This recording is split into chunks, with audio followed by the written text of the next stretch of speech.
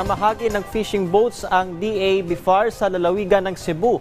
Umaasa ang BIFAR na sa pamamagitan nito, mas mapapagaan ang paghahanap buhay ng ating mga kababayang mangingisda sa lugar.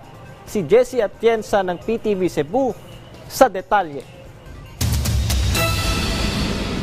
Nakadaong sa pantalan ng Bayan ng Carmen ang 15 fishing boats na ito. Makabago at may 180 horsepower na makina. Gawa sa high-end na materyales na mula sa bansang France at kayang magkarga ng 3 toneladang isda.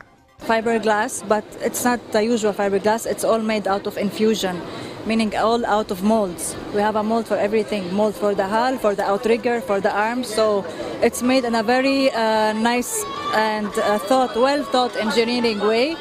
So it's made with the best materials ever, and we are proud to send it away for the fishermen to be used around the Philippines. Ito ang unang batch ng 62-footer fishing boats na handog ng Department of Agriculture's Bureau of Fisheries and Aquatic Resources para sa mga kababayang mangingisda sa iba't ibang rehiyon sa bansa. May mga kagamitan din sa pangingisda at mga maliliit na mga motorbangka o pakura.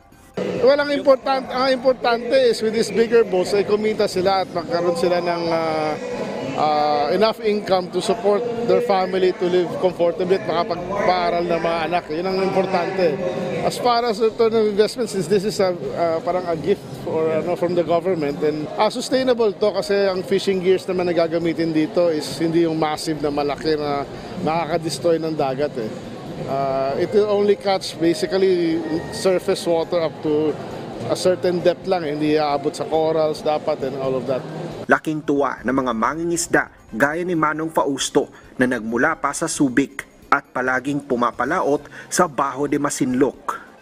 Marami na rin po namin naitulong din sa amin ng BIFAR dahil halos lahat po naman ng mga kabuhayan ng asosasyon namin, diyan po kami nag-umpisa sa mga tulong na ibinigay ng BIFAR. Ayon sa DA BIFAR, target nilang maibigay ang mga nasa mahigit 50 62-footer fishing boats sa iba pang mga beneficiaries ngayong taon. Mula sa PTV Cebu, Jessie Atienza para sa Pambansang TV sa Bagong Pilipinas.